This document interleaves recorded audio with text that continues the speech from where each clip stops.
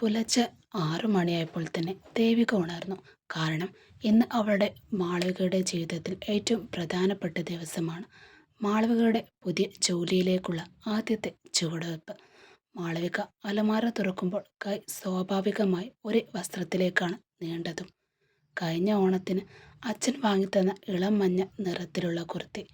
Cream ബോർഡറുകളോട് കൂടിയ മനോഹരമായ ആരി work ചെയ്ത കോട്ടൺ കുർത്തിയായിരുന്നു അത്.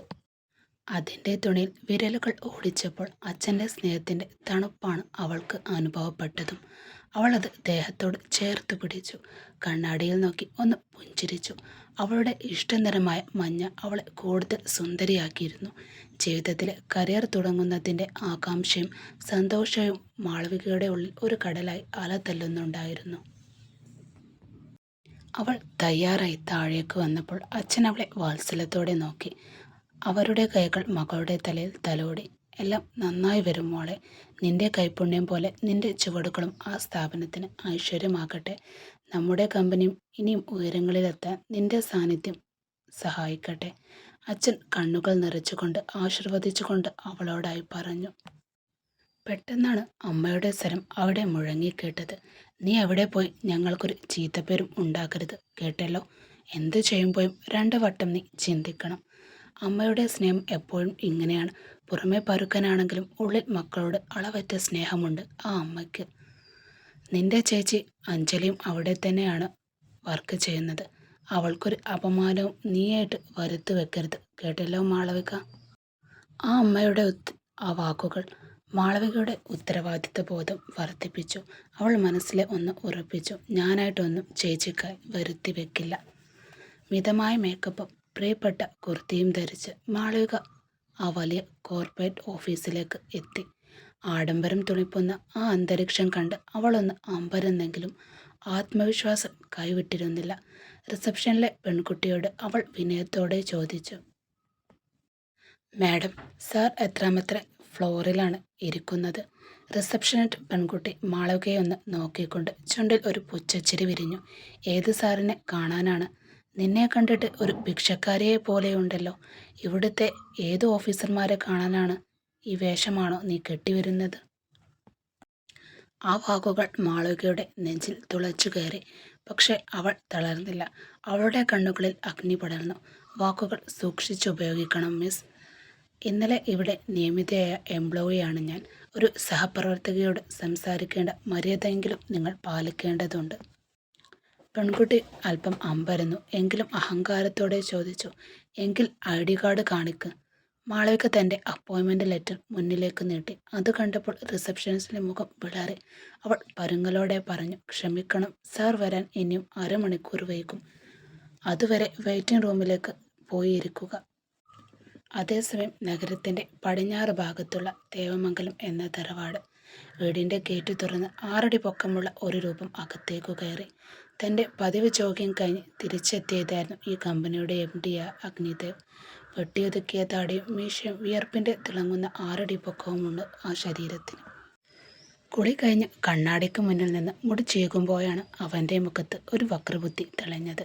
അവൻ പതുക്കെ മന്ത്രിച്ചു. മിസ് ക്ലിയോപാട്ര, നിന്റെ ആദ്യ ദിവസമല്ലേ ഇന്ന്?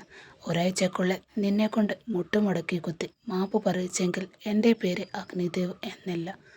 അവൾ ഏൽപ്പിച്ച പഴയ മുറിവ് അവൻ്റെ മനസ്സിൽ അപ്പോഴും നീറി നിൽക്കുന്നുണ്ടായിരുന്നു. ഡൈനിങ് ടേബിളിൽ ഭക്ഷണം വിളമ്പുകയായിരുന്നു അവൻ്റെ അമ്മ. അവൻ സ്നേഹത്തോടെ അടുത്ത് ചെന്നു. അമ്മേ, ഇന്ന് എന്താണ് വിശേഷം? അല്പം പനിയുണ്ട് മോനെ. അതുകൊണ്ട് തന്നെ ഞാൻ ഉഴുന്നുദോശയാണ് ഉണ്ടാക്കിയതും. അമ്മയ്ക്ക് സുഖമില്ലെന്ന് കേട്ടപ്പോൾ അഗ്നി പരിഭ്രാന്തനായി. ഉടനെ തന്നെ തൻ്റെ പേഴ്സണൽ ഡോക്ടറെ വിളിക്കാൻ ഒരുങ്ങിയ അവനെ അമ്മ തടഞ്ഞു. ഞാൻ ഗുളിക കഴിച്ചു മോനെ. ഇപ്പോൾ ഭേദമുണ്ട്. നീ പേടിക്കേണ്ട. തൻ്റെ മകന് തൻ്റെ കൈപുണ്യം എത്ര ഇഷ്ടമാണെന്ന് ആ അമ്മക്കറിയാമായിരുന്നു. അഗ്നി പതുക്കെ ദോശ കഴിച്ചു. അപ്പോഴാണ് അങ്ങോട്ട് തൻ്റെ അച്ഛനും സഹോദരങ്ങളും വന്നത്. ടേബിളിൻ്റെ അറ്റത്ത് അഗ്നിയുടെ അച്ഛൻ ദേവമംഗലത്തിൻ്റെ സ്ഥാപകൻ മൗനത്തിൽ ഇരിക്കുകയാണ്. വലതുവശത്ത് വാസുദേവ്, ഇടതുവശത്ത് അർജുൻ. ഇരുവരും അച്ഛനെ നോക്കി പറയാനുള്ള ആജ്ഞയോടെയാണ് അവരെല്ലാവരും അച്ഛനെ നോക്കുന്നതും. വീണ്ടും അവിടെ ഒരു നിശബ്ദത കനത്തു. അഗ്നി ദോശയുടെ ഒരു കഷ്ണം കീറി മുറിച്ച് തലയുയർത്തി അവരോടെല്ലാവരോടുമായി പറഞ്ഞു. എന്താ, എല്ലാവർക്കും എന്നോടെന്തെങ്കിലും പറയാനുണ്ടോ? അത് പറയാനുള്ളത് തൊണ്ടയിൽ കുടുങ്ങി നിൽക്കുകയാണോ? അഗ്നിയുടെ വാക്കുകൾ കേട്ടപ്പോൾ എല്ലാവരും മൗനം പാലിച്ചു. വസുദേവ് തൻ്റെ ഉള്ളിലെ ധൈര്യം വെച്ചുകൊണ്ട് തലയുയർത്തി അവനെ നേരിട്ടു. എനിക്ക് ദേവമംഗലം ഗ്രൂപ്പിൻ്റെ MD പോസ്റ്റ് വേണം. അത് എൻ്റെ അവകാശമാണ്. അത് കേട്ടതും അർജുൻ മേശയിലൊന്ന് തട്ടി. എങ്കിൽ ആ കസേരയിൽ എനിക്കും ഒരു കണ്ണുണ്ട്. എനിക്കും വേണം MD പോസ്റ്റ്. അഗ്നി പതുക്കെ ഒന്ന് ചിരിച്ചു. ആ ചിരിയിൽ പരിഹാസവും അധികാരവും കലർന്നിരുന്നു. അവൻ തൻ്റെ സ്പൂൺ താഴെ വെച്ച് സഹോദരന്മാരെ രണ്ടുപേരെയും മാറി മാറി നോക്കി. ഏട്ടൻ ഈ ആവശ്യമായി എൻ്റെ അടുത്ത് വരുമെന്ന് എനിക്ക് നേരത്തെ തന്നെ അറിയാം. എന്തേ ഇപ്പോൾ ഏതെങ്കിലും ഹോസ്പിറ്റലിൻ്റെ പേര് പറയണമെന്നാണോ? എന്നാൽ ഞാൻ പറയാം. എറണാകുളത്തെ അപ്രശസ്തമായ സിറ്റി കാർഡിയോളജി ഹോസ്പിറ്റൽ. അവിടുത്തെ കാർഡിയോളജി സെക്ഷൻ ഇപ്പോൾ ഒഴിഞ്ഞു കിടക്കുകയല്ലേ. കഴിഞ്ഞ 6 മാസമായി അവിടെ അഡ്മിഷനുകൾ കുറവാണ് അല്ലേ ഏട്ടാ? വസുദേവൻ്റെ മുഖം വിളറി വെളുത്തു. അഗ്നി ഇത്രയും കൃത്യമായി കാര്യങ്ങൾ അറിയുമെന്ന് അവൻ സ്വപ്നത്തിൽ പോലും കരുതിയില്ല. അഗ്നി നിർത്തിയില്ല. പിന്നെ ഇതെല്ലാം ഏട്ടൻ്റെ ഭാര്യയും അമ്മായിച്ചനും ചേർന്ന് നടത്തുന്ന നാടകമാണെന്ന് എനിക്ക് മനസ്സിലാവാഞ്ഞിട്ടല്ല. ലാഭമില്ലാത്ത ബിസിനസ് എൻ്റെ തലയിൽ കെട്ടിവെച്ച് ആ കടം വീട്ടാൻ ദേവമംഗലത്തിൻ്റെ പണം ഉപയോഗിക്കാനല്ലേ നിങ്ങളുടെയെല്ലാം പ്ലാൻ? അഗ്നി പതുക്കെ അർജുന് നേരെ തിരിഞ്ഞു. അവനാകെ വിയർക്കുന്നുണ്ട്. അഗ്നി തൻ്റെ ഫോൺ അർജുന് നേരെ നീട്ടി. അതിലൊരു ഫോട്ടോയുമുണ്ട്. നീ UK പോയത് ബിസിനസ് പഠിക്കാനെന്നാണല്ലോ അച്ഛനോട് പറഞ്ഞത്. പക്ഷേ ഈ ഫോട്ടോ പറയുന്നത് നീ അവിടെ പഠിക്കുകയല്ല, ഇവളോടൊപ്പം നൈറ്റ് ഡ്രൈവിലാണെന്നാണ്. അർജുൻ്റെയും വസുദേവൻ്റെയും മുഖത്തെ തിളക്കം കെട്ടുപോയി. ഇരുവരും പരസ്പരം നോക്കാൻ പോലും ധൈര്യമില്ലാതെ തല താഴ്ത്തി നിന്നു. അപ്പോഴാണ് അച്ഛൻ ഗൗരവത്തിൽ ഇടപെട്ടു. അഗ്നി, നിനക്ക് എന്താണ് അഭിപ്രായം? ഇവർക്ക് ദേവമംഗലം കൊടുക്കണോ? നീ കഷ്ടപ്പെട്ട് ഉണ്ടാക്കിയതല്ലേ ഇതെല്ലാം. നിന്റെ അഭിപ്രായമാണ് എനിക്ക് പ്രധാനവും. അഗ്നി പതുക്കെ എഴുന്നേറ്റു. തൻ്റെ കോട്ടിൻ്റെ ബട്ടൺ ഇട്ടുകൊണ്ട് അവൻ എല്ലാവരുടെയും ഒന്ന് നോക്കി. അവൻ്റെ കണ്ണുകൾ അധികാരം ജ്വലിക്കുന്നുണ്ടായിരുന്നു. അച്ഛാ, അഗ്നിദേവ് കഷ്ടപ്പെട്ട് ഉണ്ടാക്കിയത് ആർക്കും ദാനമായി കൊടുക്കാനുള്ളതല്ല. ഈ കസേര എന്നത് വെറുമൊരു മരക്കഷ്ണമല്ല. അത് താങ്ങാൻ നട്ടുള്ളുള്ളവർക്ക് മാത്രമേ ഇരിക്കാനുള്ളതാണ് ആ സ്ഥലം. അന്യൻ്റെ പണത്തിൽ ആഡംബരം കാണിക്കുന്നവർക്ക് ദേവമംഗലത്തിൻ്റെ പടിവാതിക്കൽ പോലും സ്ഥാനമില്ല. അവൻ വസുദേവൻ്റെയും അർജുൻ്റെയും അടുത്തേക്ക് ചെന്നു. അവരുടെ കാതുകളിൽ കേൾക്കാത്ത വിധം താഴ്ന്ന സ്വരത്തിൽ പറഞ്ഞു, എന്നാൽ കടുപ്പത്തിലും. സിംഹം വിശന്നിരുന്നാൽ പുല്ല് തിന്നില്ല.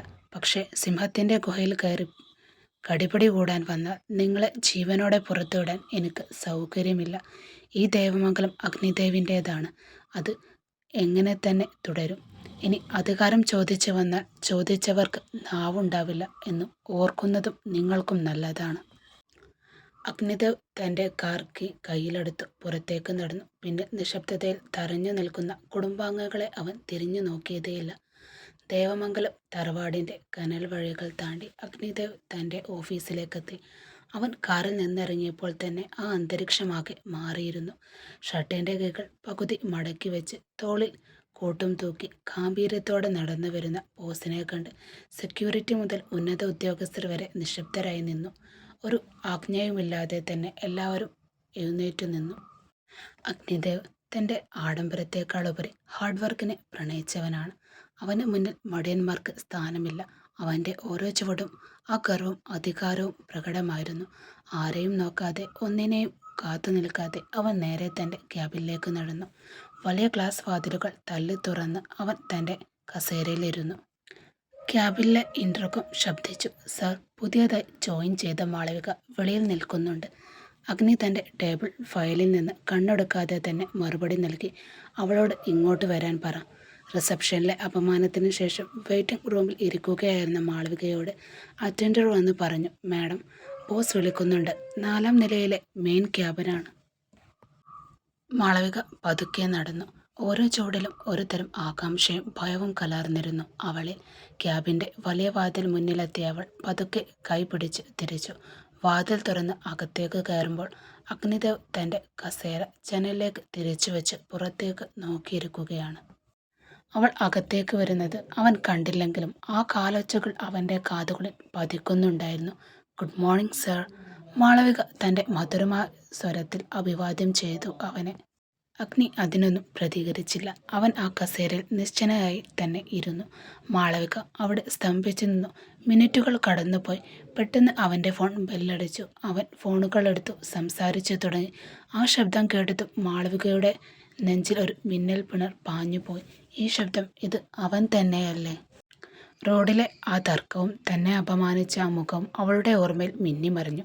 തൻ്റെ ബോസ് അമുരുടനാണെന്ന് അറിഞ്ഞ നിമിഷം അവൾക്ക് അവിടെ നിൽക്കാൻ തോന്നിയില്ല.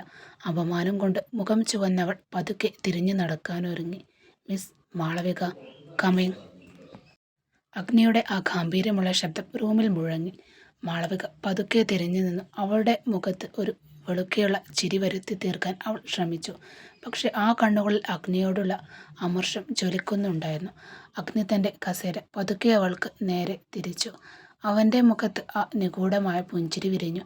അവൻ തൻ്റെ പേന കൊണ്ട് ടേബിളിൽ കൊട്ടിക്കൊണ്ട് അവളോടായി പറഞ്ഞു, എന്തേ എന്നെ കണ്ടിട്ട് ഒരു വെളിച്ചപ്പാടിനെ കണ്ട പോലെ നിൽക്കുന്നത്? ജോലി വേണമെന്ന് കരുതിയല്ലേ നീ വന്നത്? അതോ ബോസിനെ കണ്ടപ്പോൾ പഴയ ഡയലോഗുകളെല്ലാം മറന്നുപോയോ? മാളവിക ഒന്ന് തപ്പിത്തടഞ്ഞു. പക്ഷെ അവൻ വിട്ടുകൊടുത്തില്ല. ക്ഷമിക്കണം സാർ, സാറാണ് ബോസെന്ന് ഞാൻ അറിഞ്ഞില്ല. അഗ്നി പതുക്കെ എഴുന്നേറ്റ് മേശയ്ക്ക് കുറുകെ കുനിഞ്ഞു നിന്ന് അവളുടെ കണ്ണുകളിലേക്ക് നോക്കിക്കൊണ്ട് പറഞ്ഞു, ഞാൻ നേരത്തെ പറഞ്ഞില്ലേ മാളവിക, ഈ ലോകം വളരെ ചെറുതാണ്.